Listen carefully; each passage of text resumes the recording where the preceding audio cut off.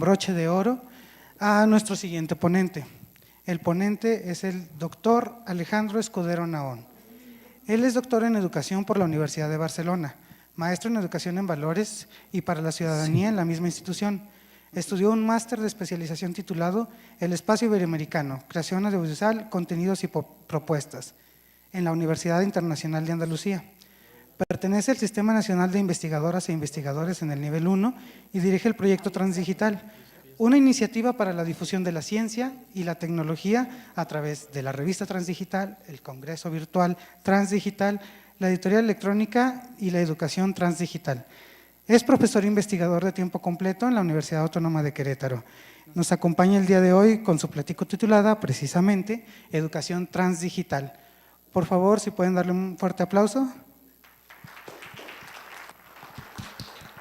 Maestro, buenas tardes, maestro. Si gusta, por favor, compartir sus diapositivas y encender su cámara para acomodar. Perfecto. Ahí vamos, maestro. Permítanos unos segunditos y comenzamos. A la gente que está en el auditorio y en línea le recordamos, no olvide registrar su asistencia a cada una de las mesas, en este caso la última, para que también pueda ser expedida su constancia.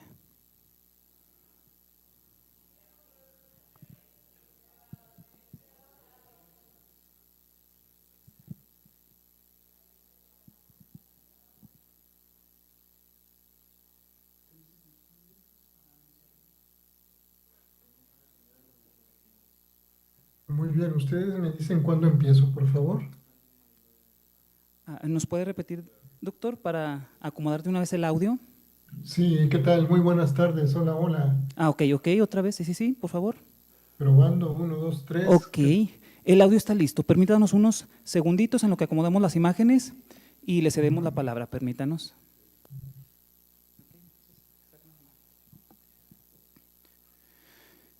Pues amable auditorio y auditorio en línea, estamos a punto de cerrar con esta jornada en el tercer Congreso Internacional de Educación Digital. Cerramos con la magna ponencia titulada Educación Transdigital por el doctor Alessandro Escudero Naón. Le cedemos el audio y las cámaras. Adelante, doctor. Muchas gracias a todas las personas que están aquí ofreciéndonos su tiempo, su paciencia, sobre todo gracias por la invitación y especialmente a Alan Femat, que es pues el investigador que me ha invitado y que me ha estado asesorando sobre esta presentación. Yo quisiera desarrollar con todos ustedes, un concepto que está en construcción y que me parece que es pertinente platicar con ustedes en este Congreso Internacional de Educación Digital, y es la educación transdigital. Trataré de explicar por qué quizá este prefijo nos ayudaría a mejorar, ¿verdad?, las nociones terminológicas para el estudio de la educación. Si me lo permiten, 2 o 3 minutitos de cómo es que surge el término, el origen del término. Miren, vamos a hacer rápidamente memoria sobre lo que sucedió en 2020. ¿Se acuerdan que en el 2020 tuvimos una contingencia sanitaria, que fue la pandemia por COVID-19? Y durante ese tiempo realizamos mucha docencia remota de emergencia. Esto es, de un día para otro nos dijeron en las instituciones donde damos clase o donde recibíamos clase que teníamos que irnos a casa, que no podíamos estar ahí, que era una medida para enfrentar una pandemia, la COVID-19. Bueno, debido a eso y debido a que pensábamos que iba a ser cuestión de semanas, lo que hicimos las profesoras y los profesores fue docencia remota de emergencia. Ahora sabemos que así se llamó aquello que pasó. ¿Por qué? Porque porque las instituciones educativas no cuentan con planes de continuidad educativa. Es decir, ante una contingencia de cualquier tipo, como fue la contingencia sanitaria en ese momento, pero incluso ahora, ante contingencias como la violencia pública, como las marchas, como la inseguridad pública, como las lluvias torrenciales, las inundaciones, ¿verdad? Los terremotos. Frente a todos esos tipos de contingencia, las instituciones no cuentan con planes de continuidad educativa. Es decir, estamos en falta respecto al derecho que se merecen todas las personas mexicanas de recibir educación de calidad siempre. ¿Cómo supimos esto? Pues porque justo en el 2020 un grupo de colegas preguntamos a varias instituciones a través de ANUYES, que es esta Asociación Nacional en México, que congrega a más de 300 instituciones de educación superior. Preguntamos si alguien tenía planes de continuidad para enfrentar lo que estábamos viviendo. Y resulta que de los cerca de 320 instituciones que respondieron, solo 8 dijeron que sí tenían planes de continuidad educativa, pero no los mostraban.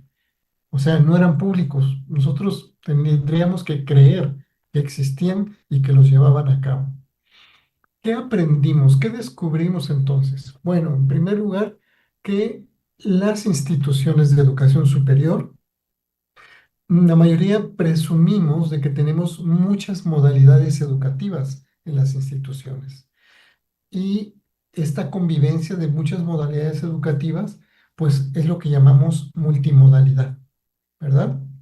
Pero también aprendimos que la multimodalidad no es suficiente, que ante una contingencia sanitaria no fue sencillo que todas las personas que estaban inscritas, por ejemplo, en programas escolarizados presenciales, regulares, tradicionales, pudieran estudiar de manera virtual rápidamente. O sea que la multimodalidad educativa no era suficiente y que había que avanzar a un nuevo tipo de impartición de modelos educativos, que es la intermodalidad. ¿Por qué recordamos todo esto, colegas? Miren, porque la docencia remota de emergencia es buena para la reacción inmediata, pero es un pésimo modelo educativo. Ustedes recordarán que después de un mes, dos, tres, de repente se volvió un año esta, ¿verdad? Esta contingencia. Ya las alumnas y los alumnos estaban muy fatigados, los profesores seguíamos muy desorientados sobre qué hacer, las autoridades dando tumbos porque nos decían una cosa, luego otra, la comunidad un poquito ya extrañada, ¿verdad? De qué es lo que iba a pasar con la educación. Bueno, sin orientaciones educativas de las instituciones, lo que pasó es que los profesores tomamos las riendas de la educación en nuestras manos. No hicimos educación digital, porque es que no hay modelos de educación digital como planes de continuidad.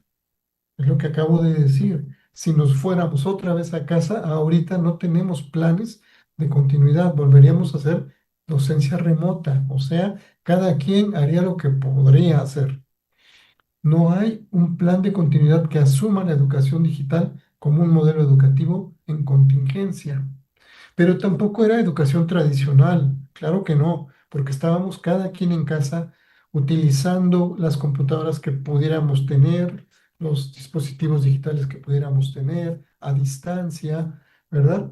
Entonces, ¿qué fue lo que hicimos? ¿Cómo fue que las profesoras y los profesores sacaron adelante la educación durante 2 años, casi 2 años y medio? Pues sucedieron cosas inéditas en la historia de la educación que creemos que es lo transdigital. Ahora me explico, pero no es educación digital como tal, porque no teníamos orientaciones pedagógicas institucionales, pero tampoco era educación tradicional. Obviamente, no íbamos a clases. ¿Qué hicimos? Pues todo lo que hicimos puede ser englobado en una nueva manera de entender la educación, que es lo transdigital. Entonces, después de 2 años y medio, casi tres, aprendimos por lo menos tres cositas. Uno, que trascendimos la utopía de lo digital. 14 horas. O sea, lo digital ni es la solución a todo, porque a veces nos daba más problemas, ni es lo único que tenemos en la educación. Tenemos mucho más que lo digital. A veces, incluso no tener tecnología en casa era mejor aliado para estudiar que teniendo tecnología digital. Superamos la dicotomía predigital-digital, o sea, dejamos de creer en este cuento, en este mito de que mejor educación es educación digitalizada. No, en ese momento, una educación no digital incluso podía ser mejor. Volver a los libros, al cuaderno, al papel, sacar otra vez los manuales, ¿verdad? Ayudó mucho, porque no todos teníamos acceso a Internet ni suficientes dispositivos. Pero parece que lo mejor fue que tecnológicamente los profesores, las profesoras, alumnos, alumnas, hicieron algo que sí empezó a consolidar esto que llamamos la intermodalidad educativa. Es decir, hicimos mezclas a conveniencia, personales, individuales, en situación, para poder sacar adelante la educación. O sea, hicimos intermodalidad. Bueno, después de que sucedió todo esto, un grupo de colegas y yo mismo nos pusimos a repensar entonces por qué tenemos problemas si hubiera, sin caso de que hubiera otra vez una contingencia, por qué parece que tendríamos los mismos problemas educativos y por qué valdría la pena avanzar hacia un nuevo término que nos ayude a ver con claridad los escenarios inéditos. Y yo voy a tratar de explicar entonces qué es transdigital con 5 abordajes, 5 aproximaciones, muy cortitas cada una de ellas, y cada abordaje tiene una reflexión consigo mismo. Entonces, el primer abordaje que hicimos fue un abordaje tecnológico. Miren, revisamos cuál es la relación de la tecnología con la educación. O sea, históricamente, ¿cuál ha sido esta relación? Y fíjense que encontramos cosas interesantes. Ustedes en pantalla tienen una línea de tiempo. Efectivamente, la presencia de la tecnología ha creado modelos educativos. Desde 1848 que se fecha, ¿verdad? Que se empieza a hacer la educación a distancia, enviando a los buzones físicos de las personas revistas. Desde entonces empieza a haber oportunidades distintas para estudiar, no solo ir a la escuela, no solo ir a la universidad, sino recibir en casa, por ejemplo, una revista, un manual, ya era una manera de estudiar. Abre opciones la tecnología, ¿sí? En 1876, por ahí más o menos está fechado la aparición del teléfono y también la radio, en 1897, ofrecen oportunidades para empezar a estudiar a distancia. Esto es lo que llamamos la educación a distancia. Fíjense desde cuándo ya hay una presencia importante de la tecnología y cómo esa presencia empieza a moldear nuevas opciones educativas. Propiamente lo digital, la era digital, se fecha por ahí de 1930, ¿verdad? Cuando se empiezan a hacer estudios sobre los chips que aparecerían en 1960 sobre las computadoras personales. Cuando surge ya entonces en el 68, 69, la computadora personal, los chips, el código binario como una manera de trabajar, ya estamos entrando en lo que es la educación digital. O sea, se empieza a pensar que se puede estudiar usando también esa tecnología, como usamos la radio, como usamos las revistas. ¿Verdad? O sea que se trata de incorporar la tecnología en el aula. Y efectivamente, a partir de 1970, ustedes recordarán, pero sin duda en los 80s, ya había muchos programas en todo el mundo donde trataban de poner videos, videocaseteras, CD players en las aulas para que las alumnas y los alumnos se beneficiaran de la educación incluso digital y en línea, ¿verdad? Vean entonces cómo hay una suerte de incorporación, ¿verdad? De la tecnología. Siempre ha querido la educación formal incorporar tecnología en las aulas. 1990, la aparición de la red, de Internet, bueno, pues esto abre muchas posibilidades, sobre todo la educación virtual, ¿verdad? Con el uso del Wi-Fi, poco a poco con el uso de Wi-Fi en los dispositivos personales como los teléfonos, es posible incluso estudiar como dicen, en cualquier lugar, en cualquier momento.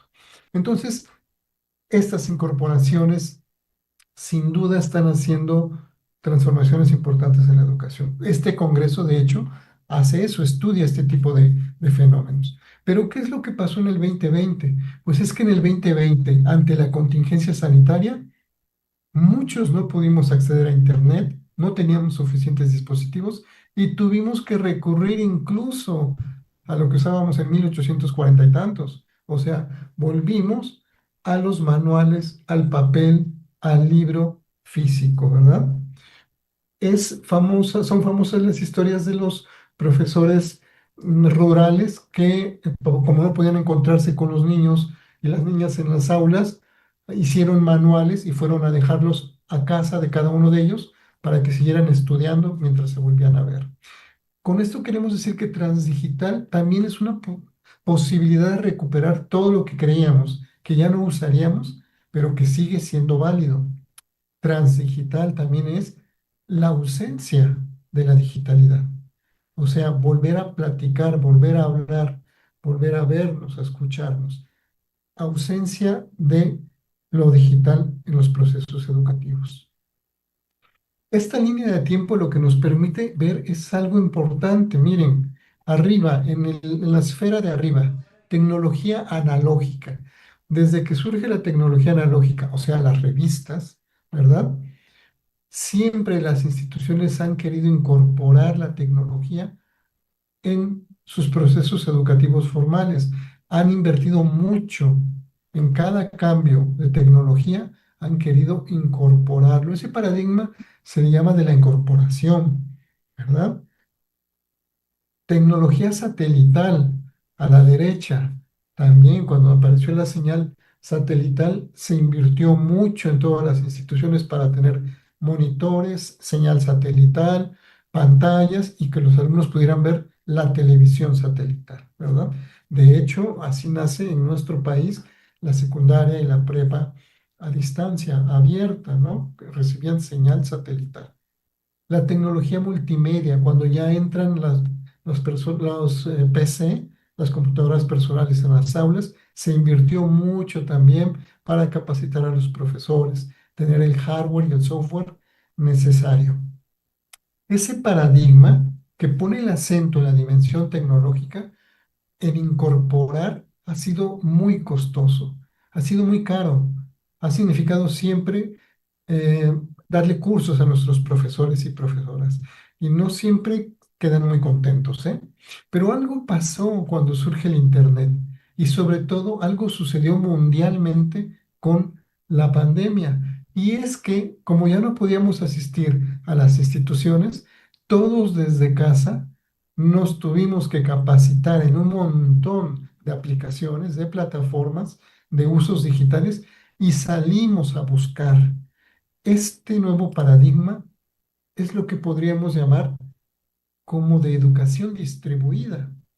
O sea, las universidades, las instituciones perdieron un peso, ¿verdad?, en el proceso educativo y lo que aprendimos, profesores, profesoras, alumnos, es a salir a buscar a la red aquellos objetos de aprendizaje que mejor nos sirvieran. Y echamos mano de todo, de aplicaciones móviles, redes sociales, de la tecnología analógica, como ya lo vimos, de lo que eran las incipientes propuestas de inteligencia artificial.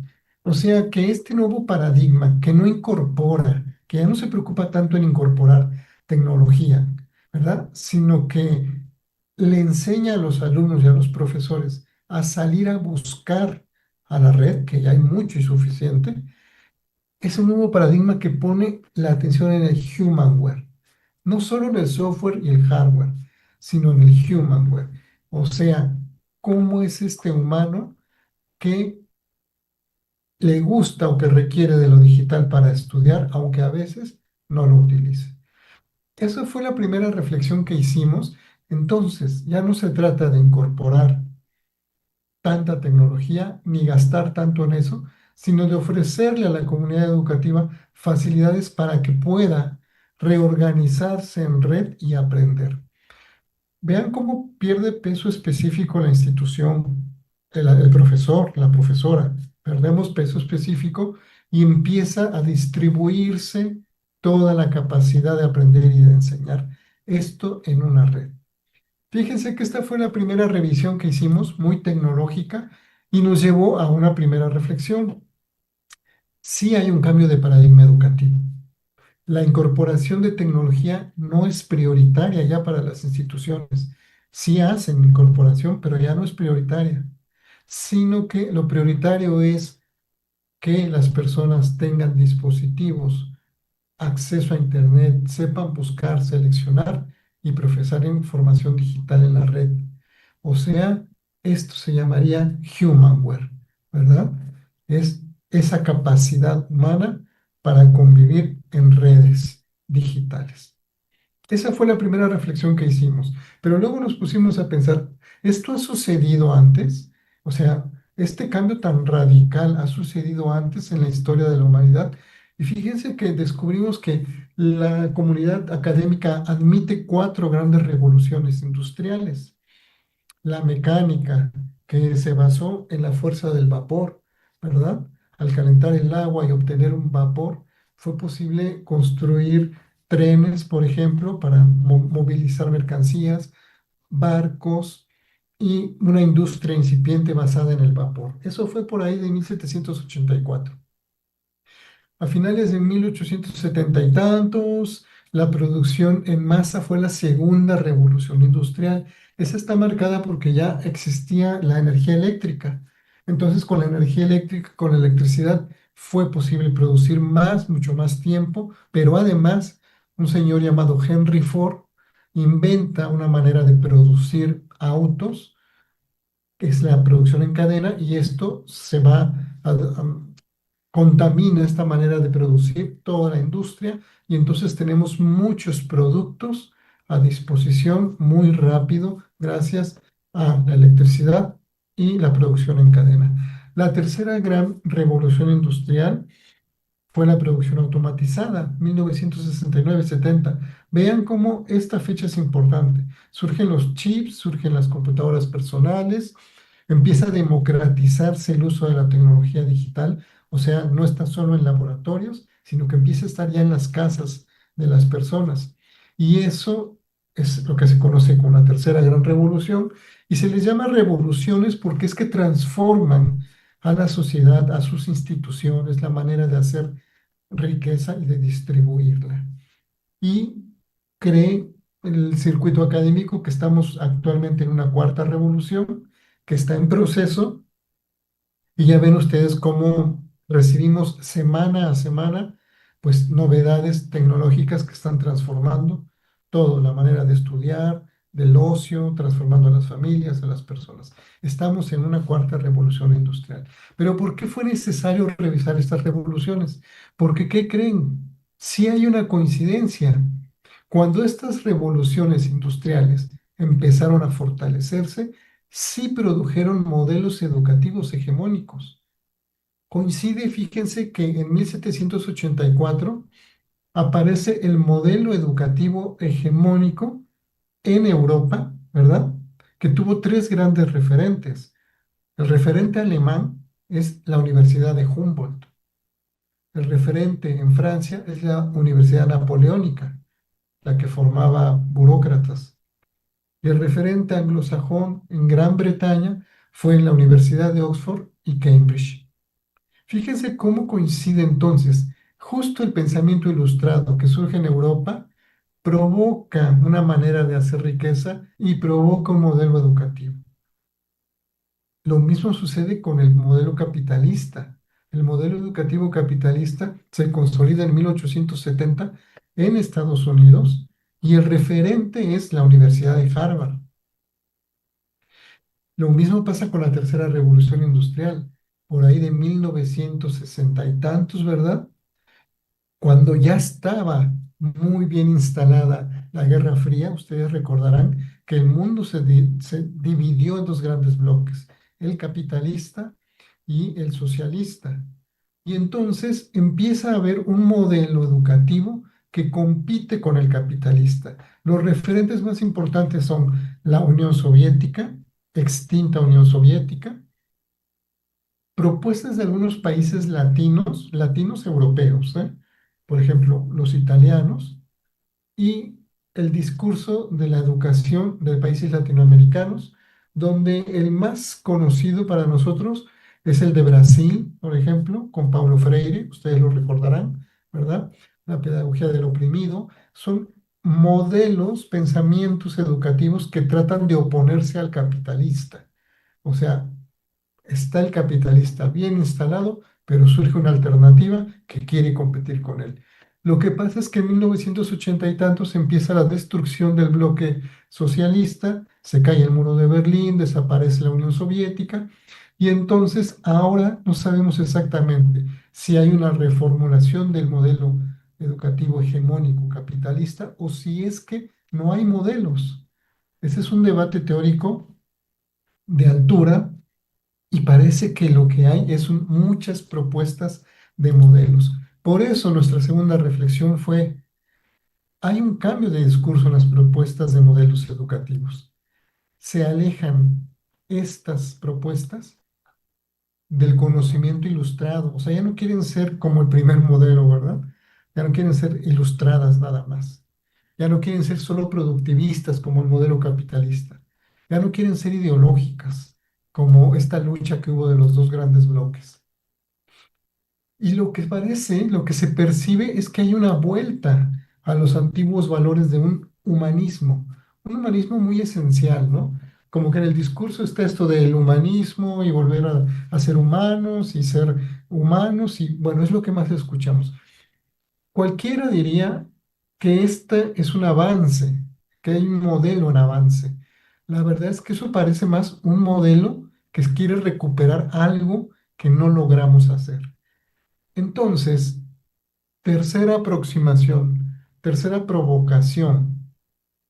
Había que revisar las teorías sobre el aprendizaje, ¿verdad?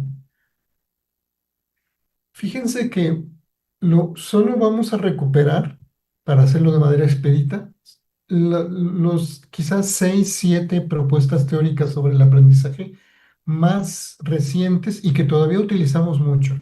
Las quisiera yo exponer aquí porque es que se utilizan mucho, se escribe mucho de ellas sobre todo. Desde el conductismo, ¿verdad? Que ahora ya no nos gusta y lo vemos como que es indeseable para los procesos educativos, con Wundt en el siglo XIX. Todos recordarán a Pavlov con sus experimentos con los perros, la salivación de los perros, ¿verdad? Watson, que ya es un cognitivista, ¿verdad? Que ya empieza a proponernos que no solo se trata de castigar o premiar en la educación, sino que hay elementos internos propios, personales, que ayudan a que una persona aprenda. Y entonces hay que buscar esos elementos donde en la mente, en los procesos cognitivos. Y entonces la teoría cognitivista da un giro importante.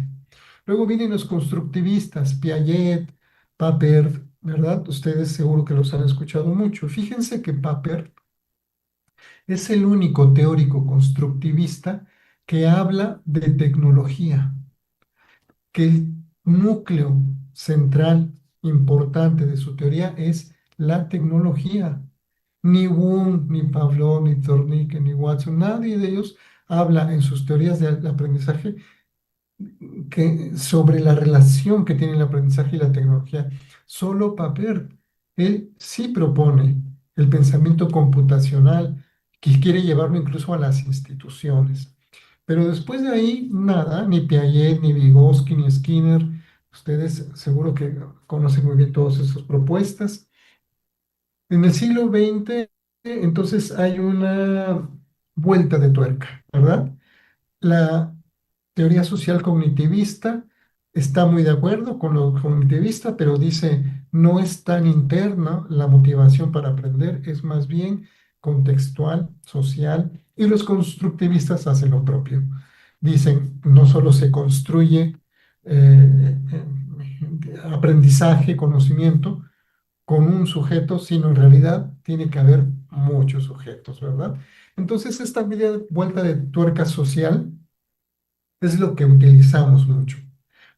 Y ya en el siglo XXI, ¿verdad? Lo que está llamando mucho la atención son las propuestas de Downs y de Siemens, que es el conectivismo. Pero el conectivismo no sabemos si es una teoría de aprendizaje. Parece más una teoría social donde propone que haya una aplicación educativa de esa teoría social, pero no parece haber avances sobre teoría del aprendizaje. Lo único que nos dice es, pues la realidad tecnológica nos permite estar muy conectados, ahí hay una oportunidad de aprender. A lo mejor se aprende distinto, pero no dice mucho más allá. Entonces, miren, ¿de qué nos sirvió hacer esta revisión sobre las teorías sobre el aprendizaje? Pues fíjense, ahora tienen en pantalla una como síntesis, ¿verdad? Gráfica. Fíjense que todas ellas son teorías predigitales, porque propiamente la tecnología digital surge en 1969, ¿verdad? Ahí se democratiza. Es cierto que en los laboratorios se está haciendo tecnología digital, pero en los laboratorios. La sociedad no consume la vida digital, la tecnología digital. Es hasta 1969 que empieza a democratizarse lo digital, los dispositivos, las computadoras personales, los chips. Entonces, vean cómo todas estas teorías que usamos tanto para referirnos a lo educativo son previas a lo digital. Salvo Paper, como ya lo dije, fue el único que avanzó un poco de teoría especulativa sobre educación y tecnología, pero no es ni muy conocido en otros ámbitos que no sea la computación y no es muy popular. Entonces, ¿qué nos hace pensar esto? Fíjense, tercera reflexión, las teorías de aprendizaje que utilizamos son predigitales. Comprenden estas teorías y explican lo que sucede sobre el aprendizaje en la era transdigital. Eso nos llevó a una cuarta aproximación, cuarta provocación. ¿Por qué las teorías no habían podido pensar lo tecnológico? ¿Por qué estas teorías son tan lejanas de lo tecnológico? Entonces teníamos que ahora hacer una revisión de la pedagogía, la disciplina, ¿verdad? Fíjense que hicimos un descubrimiento importante. La pedagogía es una disciplina propiamente moderna, o sea, surge en la modernidad. ¿Qué es la modernidad? Lo voy a leer por frases, por líneas. Fue un movimiento social y político revolucionario. Acuérdense que surgió en Europa y se opone a las monarquías. Pero ese movimiento social y político solo benefició a unos cuantos. O sea, se opuso a la monarquía, destruyó la monarquía, argumentando que eran muy discriminadores los monarcas. Y la verdad es que con el tiempo solo benefició a unos cuantos. Ese movimiento, la modernidad, minó, destruyó los valores monárquicos, pero en cambio puso los valores burgueses, ¿sí? Destruyó la familia real, digamos, pero puso otro tipo de familias, que fueron las que se enriquecían con el capitalismo. Esa educación propia de ese momento moderno es una educación muy racionalista, muy cientificista, porque está muy emparentada con el pensamiento ilustrado, ¿sí? Pero la educación, las escuelas, los servicios educativos eran para unos cuantos. Fíjense que hasta hace poco, relativamente poco, las mujeres pudieron entrar a estudiar, ¿sí? Hasta hace poco hemos puesto atención sobre cómo personas con discapacidad pueden acudir a la educación y servirse de los servicios educativos. O sea, la modernidad que surge por ahí del siglo XVI y estamos en el siglo XXI todavía tratando de enmendar todo eso que nos prometió la modernidad y que nunca nos cumplió. Miren qué contrasentidos. La modernidad surge prometiendo que va a acabar con el siervo, ya no quiere siervos y monarcas, y erradica la noción del siervo, pero en cambio permite el esclavismo, porque las colonias alrededor del mundo, ¿verdad? La colonización de muchos países sí permitían el esclavismo. O sea, no al siervo, les parecía indignante que hubiera siervos con familias monárquicas, pero no les parecía indignante que hubiera esclavos trabajando la caña, el café, ¿verdad? Alrededor del mundo. La modernidad, ¿sí? Idolatra el progreso, ¿sí? Siente fascinación por el progreso, pero no le importa sumir en el subdesarrollo a varias regiones del mundo con tal de que otras sean punteros en el progreso. O sea que la igualdad no es en realidad uno de sus valores, aunque nos prometió que era la igualdad de valor, ¿sí? Y por último, la modernidad impulsa el desarrollo tecnológico muchísimo. Hubo muchos inventos durante la modernidad, pero la mayoría de ellos terminaron dominando a la naturaleza, ¿sí? Con polución. Es más, estamos al grado de que no sabemos si las próximas generaciones podrán vivir en este planeta debido a tanta polución que se logró durante el proyecto moderno. ¿De qué nos sirvió entender que la pedagogía surgió en la modernidad? O sea, en el siglo XVI más o menos, ¿eh?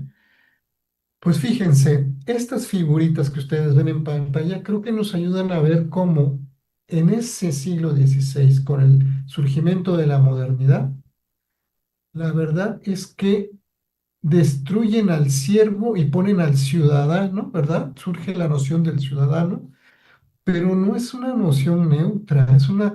Ciudadano solo era el hombre sano, joven, creyente, poseedor de bienes, o sea, burgués, ¿verdad? El ciudadano era ese, no eran todas las personas ciudadanas. Sin duda, las mujeres no lo eran. Hasta hace poco pudieron votar, ¿ve? Entonces vean cómo hay una gran mentira en la modernidad. Sí, la modernidad prometió mucho y no cumplió casi nada. Hasta el siglo XX, más o menos, pudimos empezar a pensar con seriedad y responsabilidad el desarrollo sustentable. O sea, tardamos casi 4 siglos en entender que o nos llevábamos bien con la naturaleza, con el entorno, o nos iba mal a todos. 4 siglos tardamos en descubrir la mentira moderna y tratar de repararla. Fíjense que en el siglo XXI lo que está pasando es que hasta ahora empezamos a tomar en consideración que las cosas, o sea, el software y el hardware, las cosas, lo no humano, también tiene que ver con nuestra salud, con nuestra noción de humano. O sea, estamos ante la oportunidad de incluir a lo no humano para entender qué es el humanismo. ¿Sí? Ahora que se habla tanto de humanismo, es la oportunidad que tenemos de entender que con lo no humano somos más humanos. ¿Se acuerdan que hablamos de esta reorganización en red un poquito antes? Bueno, pues lo que pasa es que la educación actual tendría que admitir que ahora somos una red, que la educación es una red, se hace en red. No hay centro ni periferia. La institución ya no es el centro, el profesor ya no es el centro, ¿verdad? El aula ya no es el centro. Ya vimos cómo es mejor salir a buscar a la red, pero la red es una red heterogénea, no es una red de personas. Lo que nos muestra el discurso postmoderno es que en esta red participa hardware, software y humanware. O sea que es una red heterogénea. Eso va contra los preceptos de la modernidad. Ese es el pensamiento postmoderno, ¿verdad? Así que la red de aprendizaje actualmente es heterogénea. Es necesario sacar del centro esta idea de humano que nos dio la modernidad, porque fue una idea muy tramposa. Ya lo dijimos, ¿no? Ni fueron todos los humanos, fueron sobre todo los hombres, jóvenes, educados, poseedores, burgueses, blancos, heterosexuales. Esos eran el humano en realidad. Esos eran los ciudadanos. Todos los demás quedamos fuera. Entonces, si ya estamos hablando de una red, ya más vale descentrar al humano de la idea del proceso educativo. Fíjense que esto no sería nada nuevo. Les tengo noticias. El descentramiento de lo humano ya ha sucedido 3 veces en la historia de nuestro planeta. En 1507, Copérnico mostró una teoría que se le llamó heliocentrismo. Ustedes la recordarán. Fue cuando dijo que el planeta no era el centro del universo como lo pensábamos, sino que era el Sol el centro del universo. Fíjense el primer descentramiento, todo lo que provocó. En principio que lo persiguieran a él, ¿verdad? Pero todo lo que provocó en la sensación de la humanidad. O sea, no éramos el centro entonces. Entonces somos en realidad un nodo, porque el centro está en el Sol, y luego nos dimos cuenta que ni siquiera es el Sol, ¿verdad? Pero vean cómo descentrar lo humano provocó muchas afecciones, ¿sí? Sobre la sensación de lo humano. En 1859, Darwin hizo algo semejante. Dijo, no somos la especie central, somos producto de la evolución de una rama de los primates. O sea, ni hay centro en las especies, ¿verdad? No hay centro y periferia, somos solo una rama y somos el producto de un tipo de primate. Ese fue el segundo descentramiento del humano. O sea, no somos una especie especial, somos solo una especie. Y el tercer gran descentramiento del humano fue el inconsciente, de Freud por ahí de 1868. Y lo que vino a decirnos es, ni siquiera tú como persona eres el centro de ti. Hay algo que habla por ti de lo que no te das cuenta. Ese es el inconsciente. La mayoría de las cosas que hacemos y decimos, en realidad, obedecen a una fuerza que no sabemos dónde está ubicada en nuestro cuerpo ni en nuestra mente. Entonces se descentra por tercera vez lo humano. Ni siquiera somos dueños de nosotros. Estas tres descentramientos entonces nos provocan una cuarta reflexión. Lo educativo debería admitir que no hay centro ni periferia, no en la red educativa contemporánea, sino que la red contemporánea es heterogénea, o sea que hay hardware, software y humanware conviviendo. ¿Y qué es esa convivencia? Y quienes logran organizar mejor esa convivencia de elementos heterogéneos, aprenden mejor, aprenden más rápido, aprenden durante largo tiempo. ¿Sí? Entonces, aprender ahora es saber organizar mi red personal de hardware, software y humanware. Por último, no pudimos sentarnos a descansar porque dijimos, entonces lo que habría que pensar ahora es, ¿qué es lo humano? Porque si parece que todo esto apunta a volver a pensar lo humano, esto ya tiene un nivel filosófico. Y efectivamente, nosotros vimos aquí un hallazgo importante. Fíjense que en la filosofía occidental, la que estudiamos todos nosotros en nuestras instituciones, esa filosofía occidental, cuando trata del aprendizaje, siempre necesita un cuerpo biológico y el pensamiento de ese cuerpo, ¿verdad? Nadie puede pensar que el aprendizaje sucede fuera de un cuerpo biológico, ¿sí? Pues, ¿qué creen? Que justo ahora lo que estamos viviendo es que las cosas aprenden. O sea, hay aprendizajes fuera de cuerpos biológicos, sin cuerpos, ¿sí? Entonces, esta división entre lo humano y lo no humano, donde lo humano era orgánico, natural, biológico, atómico, o sea, estaba hecho por átomos, y analógico, pues, pues resulta que, a ver, un momento.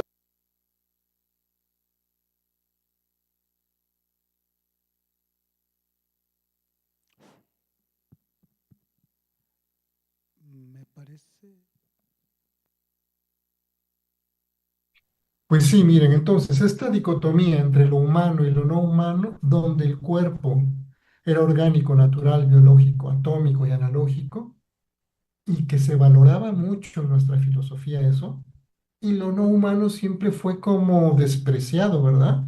Lo inorgánico, lo artificial, lo sintético. Ahora, después de 1969, lo que está hecho por bits y es digital, no lo consideramos como algo humano. Pues ese principio filosófico no permite que pensemos con realidad, con utilidad, con facilidad, qué es lo que estamos viviendo ahora. Lo humano y lo no humano, la verdad es que siempre han convivido. Miren, desde que usamos maletas, ¿sí? Desde que a nuestros perritos le podemos poner dispositivos para ayudarles, desde que usamos lentes, anteojos, gafas, ¿verdad? Ahora, desde que usamos dispositivos, siempre ha habido una convivencia entre lo humano y lo no humano, pero hemos despreciado lo no humano porque son cosas. Entonces, este desprecio de las cosas está profundamente arraigado en lo filosófico. Por eso nos cuesta mucho trabajo pensar ahorita las cosas como están sucediendo. Nos parece hasta ridículo decir que las cosas aprenden, ¿verdad? Incluso que las cosas se enseñan. Eso como que le decimos, eso es prerrogativa humana, eso no puede hacerlo una cosa. Pues nos estamos yendo de bruces porque parece que aprenden más rápido las cosas, de ahí la eclosión de la inteligencia artificial y ahora nos estamos recalibrando la idea de que la inteligencia artificial también enseña. Más aún, las dos grandes tendencias en tecnología educativa que se están viendo es que a lo mejor es mejor que un cuerpo aprenda si lo metemos en ambientes virtuales. O sea, si hacemos ambientes controlados, ¿verdad? Bien administrados y que un cuerpo biológico entre y pueda aprender. Y la otra gran tendencia es no meter al cuerpo en ningún lugar, pero meterle al cuerpo dispositivos digitales. O sea, empezar a incluir en los cuerpos cualquier dispositivo, cualquier software o hardware para que pueda aprender. Entonces, esto que parece ciencia ficción y un poquito alocado, es que en realidad nos parece ciencia ficción y alocado porque la filosofía de la que hemos abrevado no nos permite pensar en que lo humano y lo no humano es lo mismo, ¿sí? Nosotros entonces lo que nos dimos cuenta es que si admitimos que se aprende en red, que si colaboramos con lo no humano aprendemos mejor y más rápido, esta podría ser una fórmula de aprendizaje. Miren, hay por lo menos 8 grandes momentos para aprender con lo no humano, ¿eh? Arriba, empezamos arriba con sensorización. Sensorizar es sentir el ambiente, ¿verdad? Fíjense que eso, o sea, sentir, escuchar, ver, ¿no? Lo hacen mejor los no humanos. Ahorita sensan mejor los no humanos. Y la producción de esos datos lo hacen mejor los no humanos. Basta con ver nuestros celulares, basta con ver nuestros relojes inteligentes, ¿verdad? O sea, nos pueden decir cuántos pasos das al día, nos cuenta mejor el reloj que nosotros, el número de llamadas que hiciste y cuánto tiempo duró la llamada, lo cuenta mejor el celular que nosotros, ¿sí? Entonces, sensorizar y crear datos lo hacen mejor los no humanos. Provocar información a partir de esos datos. ¿Sí? Tener un conocimiento específico a partir de esa información y con eso afinar una inteligencia, lo hacen mejor en colaboración humanos y no humanos. Porque ahora hay muchas aplicaciones que con la inteligencia artificial podemos tener información rápidamente, manipularla, adecuarla, ajustarla, editarla, y ese proceso nos hace inteligentes en un tipo específico de inteligencia, ¿sí? La matemática, la lingüística, la espacial, etcétera. Y hay 3 momentos que hasta ahora, por lo menos hasta ahora, lo hacen mejor los humanos. Esto es la intuición, la reflexión y la innovación. Parece que estos grandes procesos, ¿saben? Si están bien enriquecidos con lo no humano, se hacen mejor o hay más probabilidades, pero siguen siendo procesos netamente humanos. Entonces, esta es la propuesta diagramática, gráfica, sintetizada de lo que creemos que es la educación transdigital. ¿Sí? Lo humano y lo no humano se complementan. Dejemos de hacer ver a uno o a otro como en distinción. Juntos son humanidad. Aprendemos mejor cuando participa lo no humano con nosotros. Solo que hay que aprender de manera personal a utilizarlo. Hay que admitir que las cosas pueden aprender y a veces más rápido que nosotros. El aprendizaje ya no es una prerrogativa humana, es una prerrogativa de las cosas también. Y si podemos colaborar con ellas, si aprendemos personalmente a colaborar con ellas, seguro que lo haremos mejor. Ahora las cosas pueden enseñar. Esa parece que es la nueva frontera.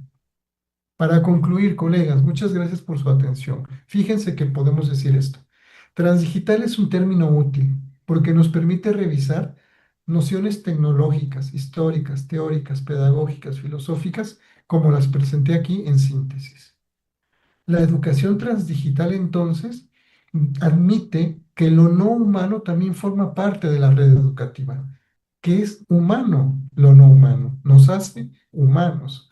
Incluso ya puede aprender lo no humano y en breve podrá enseñar. Entonces, mejor llevarla bien con ella, ¿sabes? Y esto implica, al final de todo, descentrar al ser humano del proceso educativo, o sea, admitir que no somos el centro del proceso educativo tampoco, ¿sí? Que lo no humano puede ser un nodo con nosotros, y esto nos permitiría construir ahora sí nueva teoría, ¿sí? Propia de la era actual y construir además una nueva definición de lo que es humano. Fíjense que todo esto que yo les he platicado, como les dije, Transdigital es un proyecto, es un término, ¿verdad? En construcción y nos ayuda mucho que tenemos, ustedes ya ven códigos de QR en sus pantallas, tenemos un congreso virtual que hacemos sobre temas de este tipo, tenemos una revista científica donde publicamos artículos que tratan de acercarse a este tema y también tenemos una editorial donde se publican pues temas afines. Si ustedes apuntan sus teléfonos a la pantalla y pueden acudir a las páginas, bueno, pues ahí tenemos un robotcito, obviamente, algo no humano, que nos ayuda a obtener sus datos. Si no pueden apuntar a su código QR, ahí abajo están las direcciones URL y yo esta presentación la dejaré en manos de las personas organizadoras para que se las entreguen. Si quieren visitar nuestro canal de WhatsApp, ya ni siquiera tienen que visitar nuestras páginas, síganos por este canal de WhatsApp y ahí llegan todas las publicaciones nuevas que tenemos cada semana, artículos, ponencias, libros. Colegas, pues esto es lo que yo quería platicarles, pero sobre todo me gustaría mucho escuchar y ver si tiene algún sentido todo lo que dije. Muchas gracias. Agradecemos la participación del maestro, del doctor Alexandro. Me comentan en cabina que tienen un par de preguntas digitales a través de…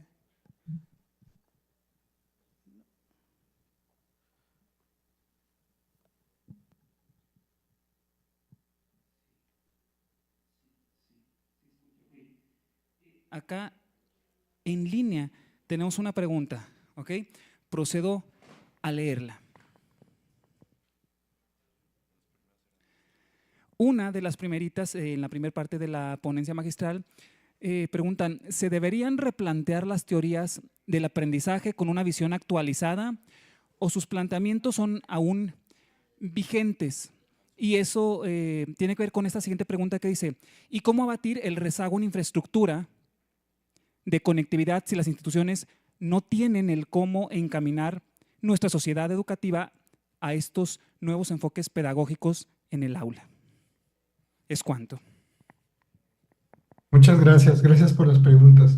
Sobre la primera, Fíjense que las teorías que hemos revisado, debido a todo este proceso de la contingencia sanitaria, hicimos una revisión muy aguda, sobre todo, como ustedes ya lo vieron, ya lo traté de explicar, viendo la relación entre la teoría educativa y lo tecnológico. Además de descubrir que casi ninguno de esos autores habla sobre la tecnología, mucho menos la digital, porque como son teorías predigitales, ni existía lo digital. Entonces, además esas teorías son muy deductivas. O sea, el proceso deductivo para crear teoría fue un proceso que no permitió que las alumnas y los alumnos eh, se sintieran cómodos en proponer categorías de análisis y nuevas teorías. A ver si lo puedo decir de otra manera. Estamos tan escolarizados que cuando leemos algo en la universidad, lo tomamos como un hecho, bueno, que no puede ser refutable.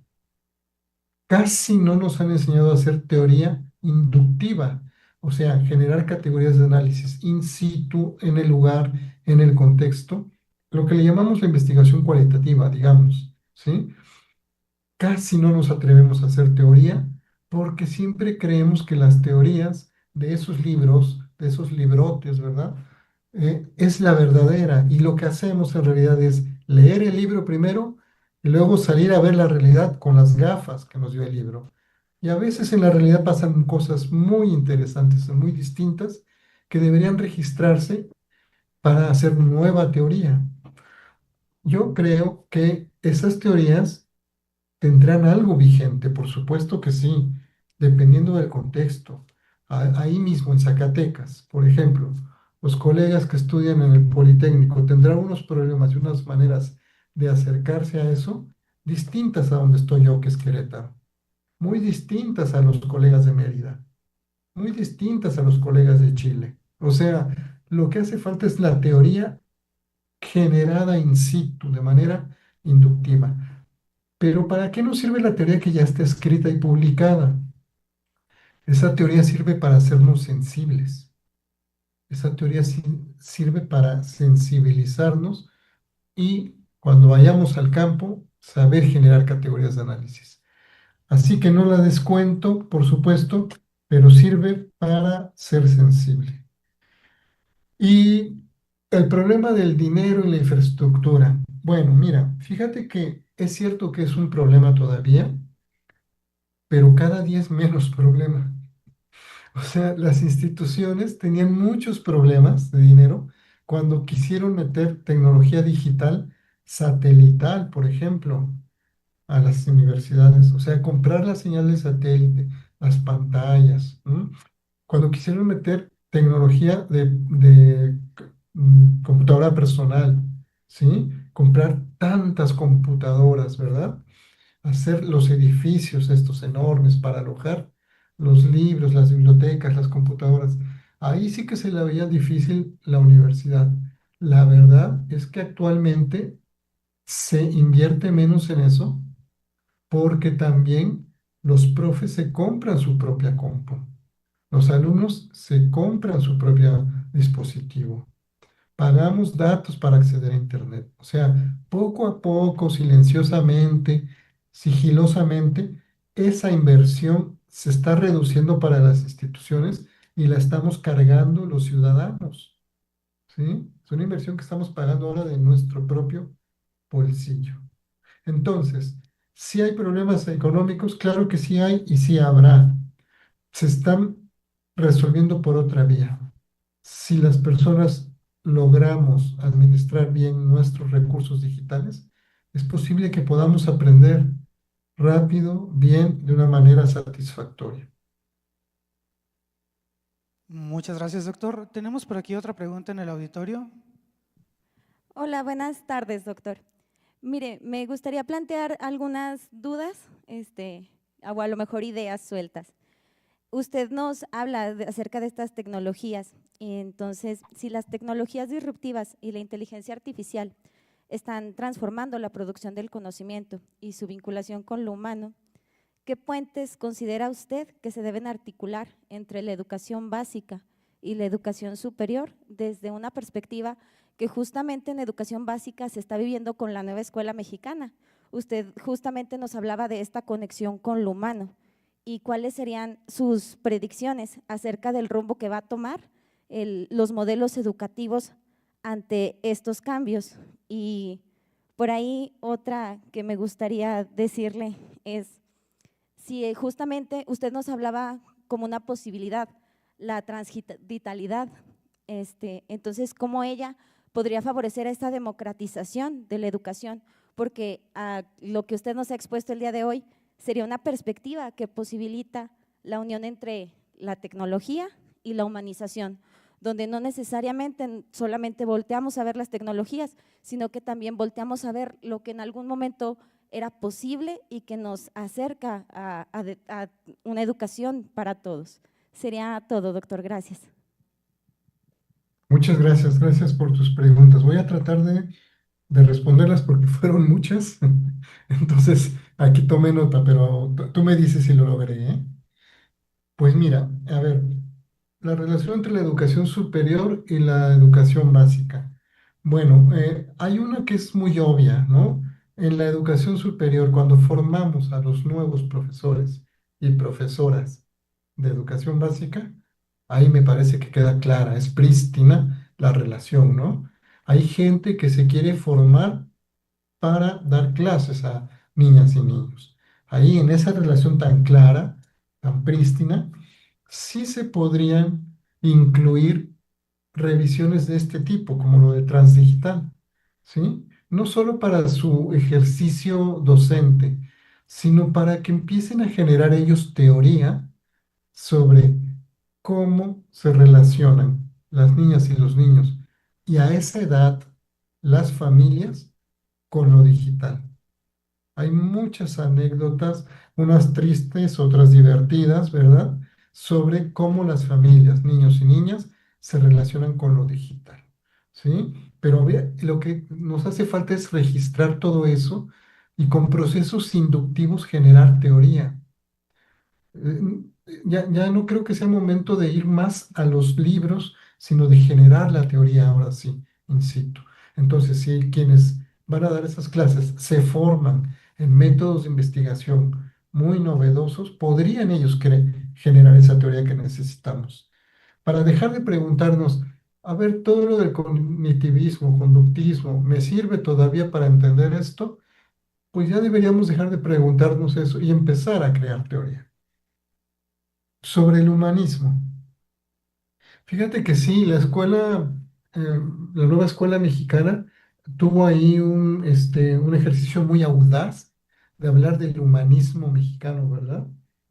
Eh, eh, Supe que hubo varios meses de debate para tratar de definir este término, ¿verdad? Humanismo mexicano, que en principio parece una contradicción en los términos, ¿no? Porque no podría haber un humanismo eh, que esté definido por una nación, vaya. El humanismo en teoría habla de una especie, ¿no? De los humanos. Pero bueno, que está súper interesante hablar de eso. Eh, yo creo que a lo que poco que he escuchado, creo que una de las aristas de esta propuesta de humanismo, del oficialismo, vuelve a dejar a un lado lo digital. O sea, cuando vuelven a hablar del humanismo, me parece que están recurriendo a esa idea de humanismo moderno, la que traté de explicar aquí del siglo XVI, ¿sí? Un humanismo que promete mucha igualdad, pero que a la hora de lo concreto deja otra vez afuera a la mayoría. Ya dijimos, ¿verdad?, que los modelos educativos de ahora no querían ser cientificistas, no querían ser productivistas, no querían ser ideologizantes, ¿no? Eso decíamos, bueno, pues el nuevo idea de humanismo parece que va atrás, otra vez se va atrás, siglos atrás, y vuelve a prometernos mucho. Yo creo que lo primero que habría que decir es, lo humano es humano gracias a que hay cosas no humanas con él.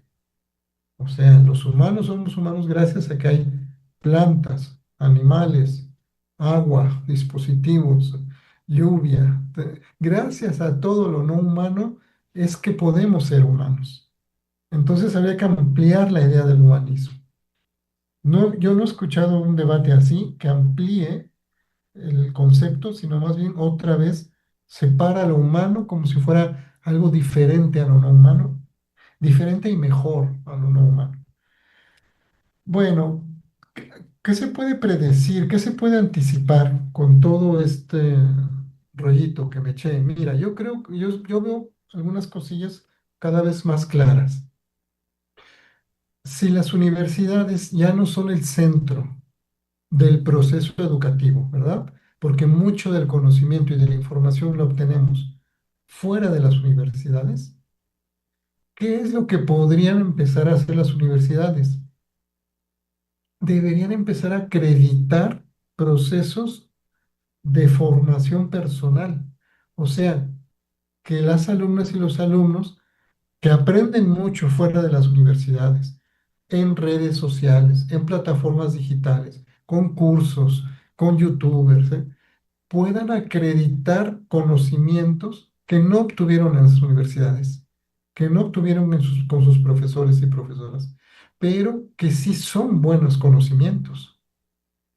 Sería una manera en que la universidad dijera, yo ya no te puedo dar todo, pero lo que tú haces sí te lo puedo acreditar. Eso parece que se ve como una tendencia clara. Y la otra, que parece más un desafío, fíjate que todavía en muchos discursos educativos siguen diciendo, en nuestro modelo educativo, el estudiante es el centro del proceso. Y es que eso habla de que otra vez está lo humano en el centro, pero un centro siempre tiene periferia. ¿Y qué es lo que está en la periferia? Pues lo digital, las cosas.